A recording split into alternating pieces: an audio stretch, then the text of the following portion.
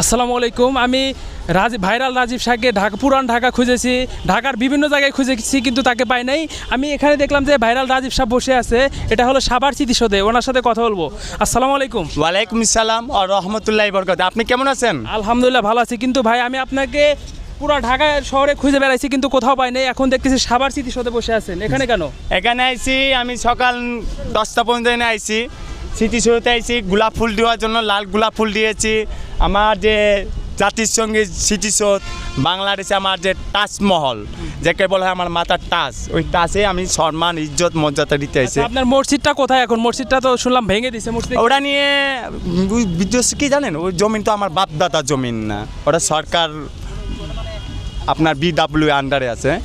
এরা যেটা রিসার্চ করে জ্ঞান দিয়ে যেটা ভালো বুঝছে এটাই করছে।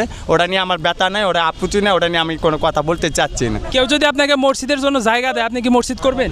অলরেডি অনেক জায়গায় আমার অফার দিয়েছে, মাগার আমি ওই অফার কবুল করেছি। কবুল এই জন্য করেছি, আমার উসিলা জুড়ে আল্লাহ তাআলা একটা মসজিদ যদি তৈরি হয়, এটা তো আলহামদুলিল্লাহ সবচেয়ে। আমার উনি জন্য বলেছে রাজীব শাহ আপনি আসেন, আমি জমিন অক্টোবর হিসাবে লিখে দিব, আপনি দোয়া কালামও শিখবেন, আপনার যা লাগে আমরা দেখব, আপনি এখানে অক্টো হিসাবে মসজিদ আপনার নামে লেখা হবে, মানে আপনার নামেই থাকবে। আমি বলছি আল্লাহ তাআলা যদি কবুল হয় ইনশাল্লাহ আপনার ওখানে আসবো। এখন বর্তমানে একটা এতিম মাদ্রাস ঢুকছে, ওতে তার ওখানে সাকসেস হয়েই বেরোয় পড়াশোনা। আচ্ছা, এখন আপনাকে কোথায় গেলে পাওয়া যাবে? বাংলাদেশে অনেক মানুষ তো আপনাকে দেখতে চায়, কোথায় গেলে আপনাকে পাওয়া যাবে?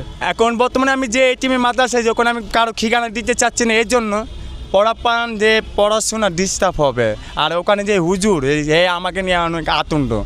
এই জন্য ভাই আপনি যদি ঠিকানা দেন সারা কোন মিডিয়ার পড়ে থাকবো, আর পড়াপানে পড়ার সময়ও পাবে না, পড়াপানো মন মানুষেও ওই ক্যামেরা গেছে আমি পড়ে থাকবে। এর লেগা আল্লাহর হস্তে সময় হলে আপনাদের জানাই দিব।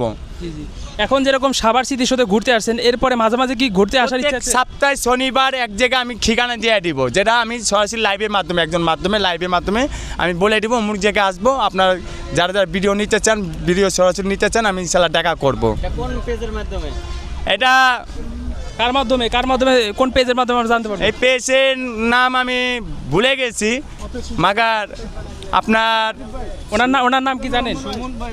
নাম মিজান ভাই। মিজান ভাই আইডিতে আপনারা ফলো করলে ইনশাল্লাহ আপনারা সরাসরি লাইভ পাবেন। তাহলে মিজান ভাইয়ের আইডি ফলো করলে কোথায় আপনাকে পাওয়া যাবে, জানা যাবে? হ্যাঁ, সঠিক জানা যাবে আমি কোথায় আসবো, কি আসে বিষয়, আপনাদের কোথায় সাক্ষাৎ দিব। অলরেডি আমি বাগরমোহন মসজিদে 2-3 বার সাক্ষাৎ দিয়েছি। আবার আগামী শনিবার আপনার আল্লাহ বাঁচায় রাখলে শোধমিনার যাবো, আমাদের ঢাকার শোধমিনার, ঢাকা মেডিকেল, ওখানে আমি আবার যাব ইনশাল্লাহ। আপনারা আগামী শনিবার ঢাকা শহীদ মিনারে আসবেন, ইনশাল্লাহ সাক্ষাৎ দিব। ঢাকা কেন্দ্রীয় শহীদ মিনার? হ্যাঁ, ঢাকা কেন্দ্রীয় শহীদ মিনারে, ওখানে আমি ফুল দিতে যাব।